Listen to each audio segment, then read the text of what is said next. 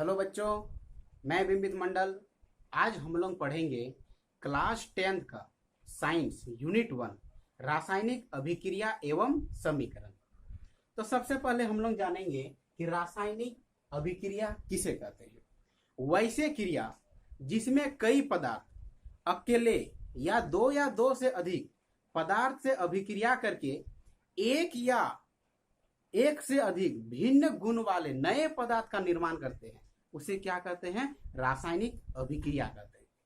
जैसे एग्जांपल में देखिए कि MgO2 आपका जाके बनाया MgO। तो Mg क्या है? मैग्नीशियम है, और O क्या है? ऑक्सीजन है। दोनों मिलके बना रहा है मेरा मैग्नीशियम ऑक्साइड। तो इसमें देखेंगे कि Mg देखेंगे तीर चिन्ह से पहले कितनी है? एक है।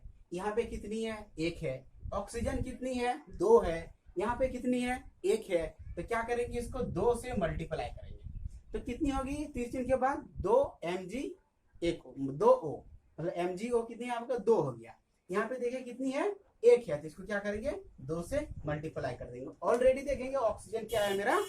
दो से गुना है। तो ये क्या हो गया मेरा? संतुलित हो गया। दूसरा एग्जाम्पल देखिए H2 प्लस O2। तो आपका जाके बना दिया H2O। ये क्या है मेरा? हाइड्रोजन। हाइड्रोजन जब और ऑक्सीजन दोनों मिलके क्या कर रहा है? H2O बना रहा है, मतलब जल बना रहा है।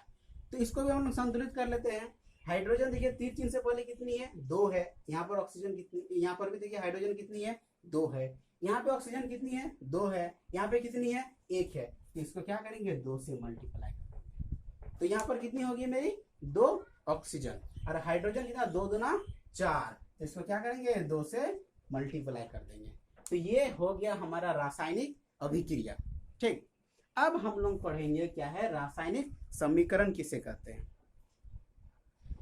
किसी रासायनिक अभिक्रिया में भाग लेने वाले पदार्थों के संकेतों या सूत्रों की सहायता से उस अभिक्रिया को संक्षिप्त रूप में लिखने की विधि को ही क्या कहते हैं? रासायनिक समीकरण कहते हैं। ठीक, तो इसमें एग्जांपल में देख लीजिए कि इसी को एग्जांपल में हम ले लेते हैं। ये इसी को पहला एग्जांपल ले लेते हैं। इसको क्या करते हैं? दूसरा एग्जांपल ले लेते हैं। तो इसमें क्या कर रहे हैं? ये मैग्नीशियम और ऑक्सीजन, ये MgO बना रहा है, मैग्नीशियम ऑक्साइड बना रहा है। तो इसी को देखिए हम लोग मैग्नीशियम को पूरा नहीं लिखते हैं, ऑक्सीजन को पूरा नहीं, इसको शॉर्ट में लिख रहे हैं, मतलब संक्षिप्त रूप में लिख रहे हैं। तो इसको क्या बोलेंगे? रासायनिक समीकरण। अब देखिए कुछ बेसिक चीज जानना है हम लोगों को।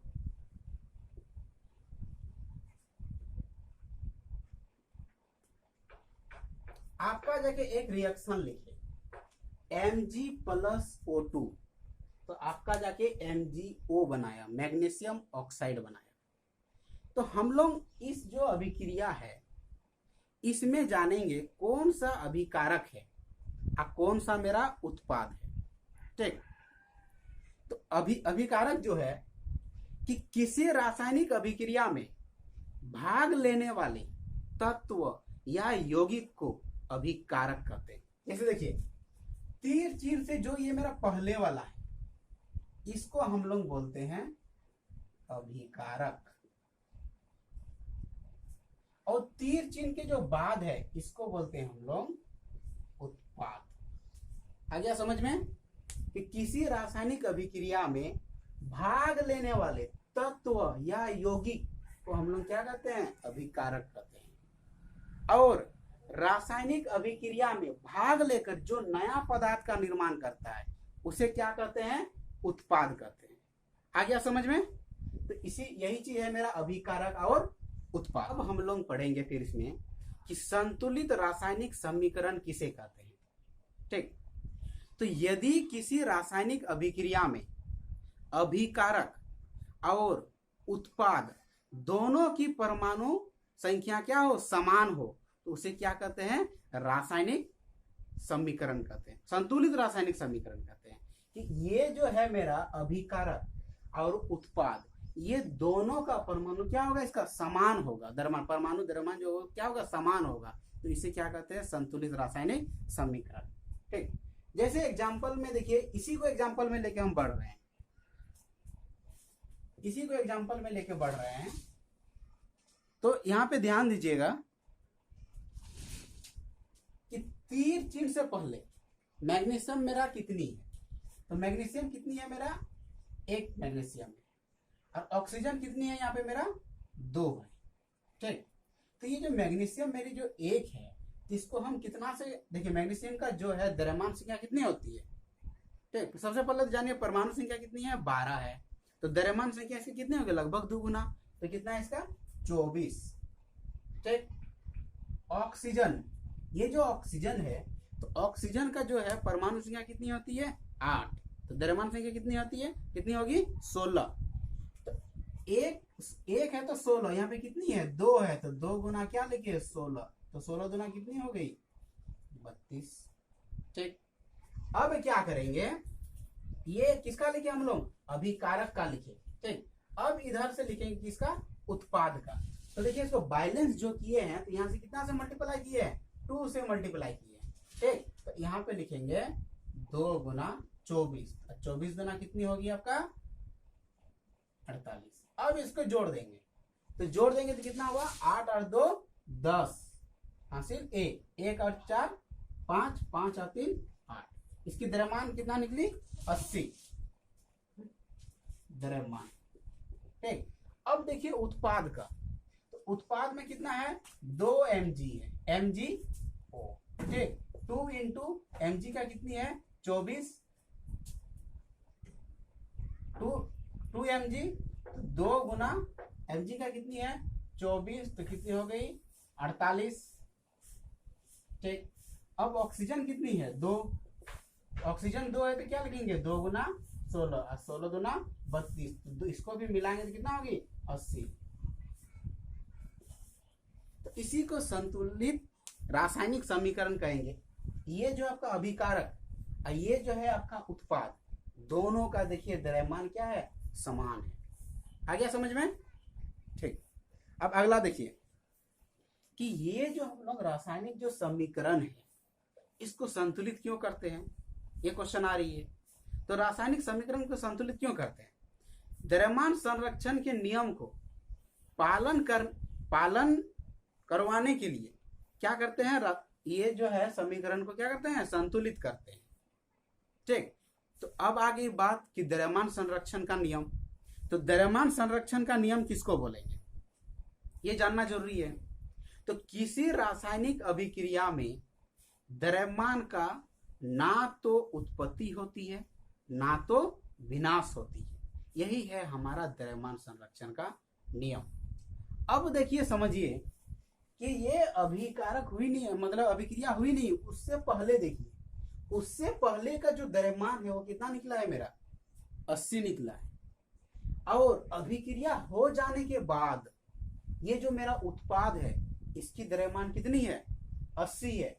तो देखिए ये दोनों का क्या है, अब रिएक्शन से पहले और रिएक्शन के बाद दोनों का द्रव्यमान क्या है मेरा सेम है। ठीक, तो यही कहता है द्रव्यमान संरक्षण का नियम कि अब इसका द्रव्यमान का ना तो सृजन किया जा सकता है ना तो विनाश किया जा सकता है। देखिए यहाँ पर भी 80 था, यहाँ पर भी 80 है, ये नहीं कि इधर 50 है तो उधर 90 बन गया।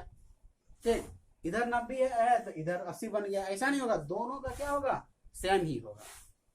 ठीक,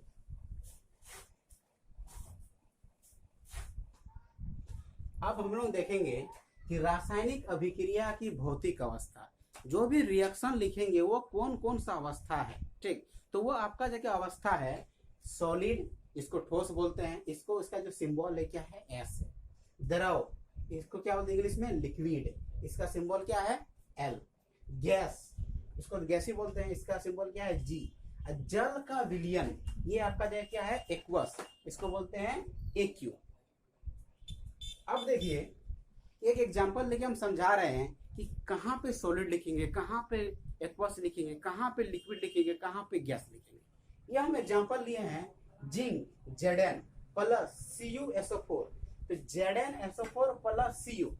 ठीक, तो ये जो जिंक है, जिंक क्या मेरा एक धातु है, और धातु आपका कौन सी अवस्था में है सॉलिड अवस्था में, तो यही जो ठोस में है इसको क्या लिखे हैं शॉर्ट में क्या लिखे हैं एस। CuSO4 ये आपका जगह क्या है विलयन है। ठीक, कॉपर सल्फेट का एक घोल है, तो घोल है वो किसमें है, एक्वस में है, इसको किस क्या लिखे हैं, एक्यू लिखे हैं। अब जाके आपका जो प्रोडक्ट बन रहा है ये क्या बन रहा है, ZnSO4। तो ये जो जिंक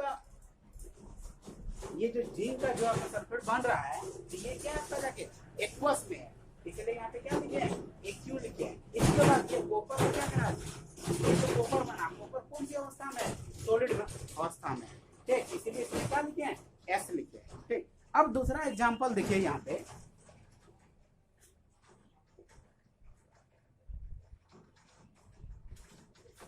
दूसरा एग्जांपल, जैसे ये H2 प्लस ये O2, तो आपका जाके बना रहा है H2O, ठीक। तो सबसे पहले क्या करना है, इसको बैलेंस कर लेते हैं। यहाँ पे कितना है, हाइड्रोजन 2, यहाँ पे ऑक्सीजन 2, यहाँ पे हाइड्रोजन 2, ऑक्सीजन कितना 1, तो क्या करेंगे, इसको हम 2 से गुना कर दिए, बराबर हो गया ऑक्सीजन। अब देखिए हाइड्रोजन कितनी होगी 4, तो इसको क्या करेंगे 2 से मल्टीप्लाई कर दिए। तो अभी हम लोग जो देख रहे हैं ये क्या देख रहे हैं कि कोई भी रिएक्शन का क्या है, कौन सा भौतिक अवस्था, कौन सा लिक्विड अवस्था। अब देखिए ये जो मेरा हाइड्रोजन है, तो हाइड्रोजन क्या है, गैस है कि नहीं, तो हाइड्रोजन क्या है, मेरा गैस है, तो इसको क्या लिखेंगे, G लिखेंगे। ये आपका क्या है, ऑक्सीजन, ऑक्सीजन क्या है, गैस है, तो इसको क्या लिखेंगे, G। और ये आपका जो H2O है, H2O आपका क्या है, पानी, पानी, तो पानी कौन सी अवस्था में है, लिक्विड में, तो ये आपको लिखेंगे हम लोग L। आ गया समझ में। तो कोई भी रिएक्शन है उसकी भौतिक अवस्था को इसी प्रकार से लिखा जाता है, ठीक हो गया आपका। अब हम लोग पढ़ेंगे कि अभिक्रिया के प्रकार कौन कौन से प्रकार है, ये बहुत ज्यादा इंपॉर्टेंट है, ठीक।